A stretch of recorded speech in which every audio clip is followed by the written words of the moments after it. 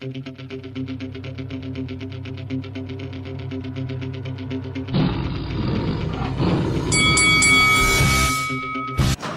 this is Eddie Hearn, and you're watching Lights Out.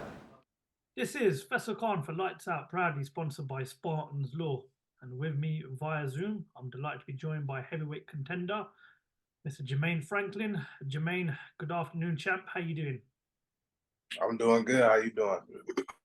I'm very well. Thank you very much for asking, and thank you for taking your time out to join us. Jermaine, we'll just obviously talk about 2023, a very busy year for yourself. You was involved in some big fights with some of the biggest names in the division. Talk to me about what can we expect to see from you next. It's been your last fight was back in July. When can we expect to see you next in the ring, and what can you tell us about the latest updates in terms of your career? Hopefully soon. I haven't got any dates yet, but hopefully soon. Hopefully I'll be back in there soon. I've been back in the gym working out and ready, practicing new things, perfecting my craft. So hopefully I get to showcase my skills soon.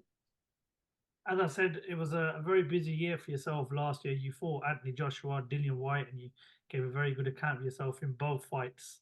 A lot of experience taken from those two fights in the UK. What did you make of your performances against Joshua and Dillian Whyte? And more importantly, what did you learn about yourself in those two fights? Um, I I think I performed great. I mean, I still think honestly in my heart that I won the Dillian fight. Um, the AJ fight, I feel like I feel like I did good for about 4 to 5 rounds. Then I got inside my own head, and so really from those fights, I learned that you know, I really it gave me more confidence than I already have. It gave me like a sense of belief, like this something I'm born to do. Because for the Dillian situation, like I went from not being in the gym to getting ready for a world class 12 round fight in 5 weeks. So it was a real tough, and I overcame a lot from that. So it really gave me a lot of will and determination. Probably added more heart than I already got. And with the AJ situation, I just I realized like my job is to come in there and fight. I can't look at certain stuff that happen in the ring or look for people to stop certain stuff that happen in the ring. I just have to do my job and stay focused on what I'm there to do. So yeah, I would say that was a real big learning experience for me though. But it just made me more hungry than I already was. Anthony Joshua, Dillian Whyte, they're very well respected in the world of boxing in the heavyweight division, and they are two of the top names in the division. You obviously went the distance with both of them. Has your opinion about them changed as fighters? And what were you at all impressed with the way that they set up against you? Um, I mean, I respect almost everybody in the game. I don't have too much disrespect for everybody. I don't view them no differently, or I just this is a competition we are sporting at the end of the day. So even if I'm rooting for you, I'm looking at you. I'm just been watching stuff, looking for other stuff they do in fights. Because I want my rematch. So it's still just game plan watching and getting back to the drawing board. Well, obviously after those two fights, you had another fight in July, but you haven't fought since. But it seems as if the sport of boxing has changed drastically now that we have a lot of influence coming over from Turkey, Al Sheikh, and Saudi Arabia's influence on the sport. Mm. Firstly, do you see that as a positive thing, not only just for boxing, but also the heavyweight division now that we're getting the top fighters finally fight each other? I think I see it as a positive thing as a whole for boxing as a whole, because they came out the gate and they wanted big fights, so we got a chance to see some big fights, see some good fights, and hopefully the rest of boxing as a whole in the world we can keep it going. I don't think it should just stop with them, but I really appreciate them for coming and shaking the game up. We needed that little we needed that toss up in the game.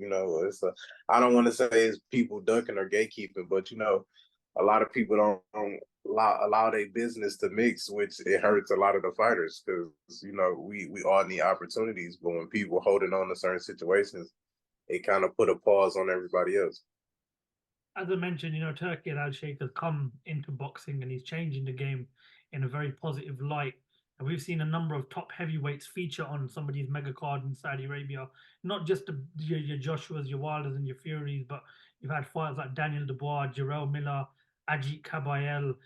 Has your phone rang from Saudi Arabia? Or are you still waiting for a phone call to get you on one of those shows?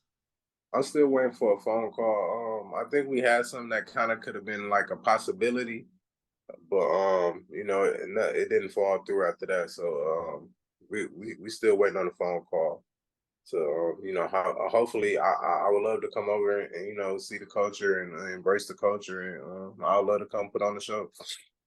There's a number of top names in the heavyweight division that have won their last few fights, but there's also a number of names that have perhaps maybe lost their last fight, such as Big Baby, Jarrell Miller. And as I said, what Saudi Arabia are doing right now is a positive thing because we're getting the best fight in the best. You look at this division right now, there's potentially 10 fights you could put yourself in with you and any other top heavyweight contender. Is there one name out there that you'd like to see yourself fight next? I'll fight a Daniel or a Zhang or somebody like that. I'll go after somebody like that. One of the two of the names that obviously are involved in the big fight is Joseph Parker and Zhang, who both had very good years, a very good 2023. Zhang beating Joe Joyce twice, and Joseph Parker putting a phenomenal performance against Deontay Wilder and beat him on the Day of Reckoning card. I mean, if you had to pick a winner out of their next fight between Zhang and Parker, who would you pick? And if you had to perhaps pick your next opponent from any of those two, who would you like to fight next? I would take a winner. Well, I mean, I haven't seen a whole bunch of Zhang. I've seen some of them. I probably seen a little more Parker.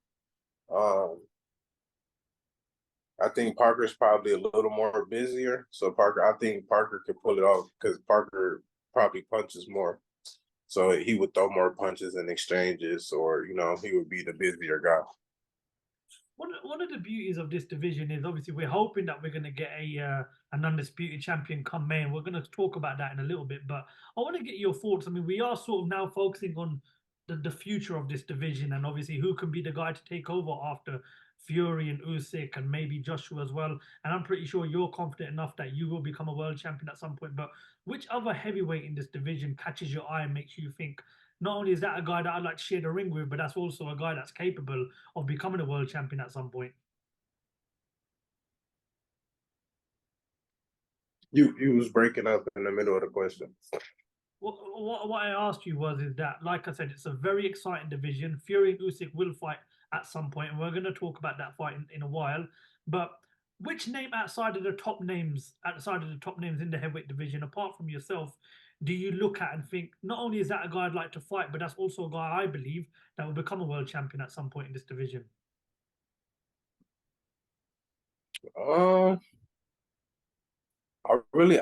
As of late, I really haven't been watching too much, so I can't really tell you about too many up and coming guys.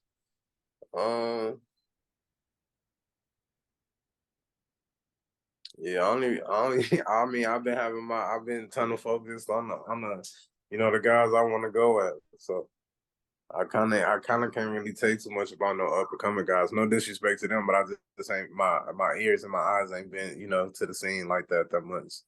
Fair enough. I respect that. Okay. Like I said, Fury versus Usyk come May. We will hopefully get that fight for the undisputed championship of the world. That fight was scheduled to be last weekend. Tyson Fury received a cut in training, which had postponed the original date. What was your thoughts on the cut Fury received? And just give me your thoughts on the sort of the new date that we're hoping to get come May. The cut looked real. Then it don't look like it's fake or nothing. If I can remember, that looked like the same spot he got cut when he fought Otto Wilder. Spot. Hopefully, they can still secure this next date and get it going. I like to be a part of that. One guy I'm pretty sure you know well is Anthony Joshua. You spent 12 rounds in the ring with him. He put in a good performance against Otto Wallin in his last fight, and he takes on a guy that's planning to sort of rip the script in Francis Ngannou, who gave Tyson Fury a tough night's work. I mean, I'm pretty sure you might have seen on social media some of the build up to that fight. Do you believe Anthony Joshua beats Francis Ngannou, or do you think what you saw from his fight with Tyson Fury, Ngannou could be the guy to maybe stop Anthony Joshua and move back towards a fight with Tyson Fury? I think Joshua would beat him solely off of the boxing experience. You could just box. In this game, a lot of people don't like it, but it's really the art of hit and don't get hit. You know what I'm saying? I don't have to go in there and try to brutalize you. The goal is to outscore you. So Joshua, I feel he can win the fight off boxing experience, but Ngannou is strong, and he put up a good performance in that Fury fight, so he's not that green. So you'll have to be careful, and hopefully Ngannou got a better gas tank this time, and he worked on some of them punches, because he actually looked good in that Tyson Fury fight. Tyson Fury has been considered the man of this division since he beat Deontay Wilder for the world title in 2020. But a lot of people have said that maybe he might be on the decline. Maybe his punch resistance has gone. Maybe he's aging a lot quicker than people realize. Do you feel as if that we are sort of coming to a stage where we're witnessing Tyson Fury come to the end of his career, or do you believe that we'll see the best Tyson Fury when he fights Alexander Usyk? I mean, I don't know. I don't think he's done yet. I don't feel like he talks like he's not done yet. But we all have to be honest with ourselves at some point. This is a sport. Every sport I know is a young man's game. It's not an old man's game. So eventually we all have to hang it up. How old is Tyson Fury? I believe he's like 35. Yeah, 34, I believe. 34. So yeah, he probably got like a couple more years left in him. I mean, I want to fight a lot. So like, hopefully, we can get the ball rolling, because I want to stay busy. I love to fight 3 or 4 times a year. Jermaine, before I let you go, talk to me about what your plans are for 2024, and when can the fans expect to see you out next in the ring? I ain't got no date right now, but my plans is to just get out here, get the ball rolling, and stay as busy as I can. Okay, well, Jermaine, is there anything else you'd like to add before we bring the interview to an end?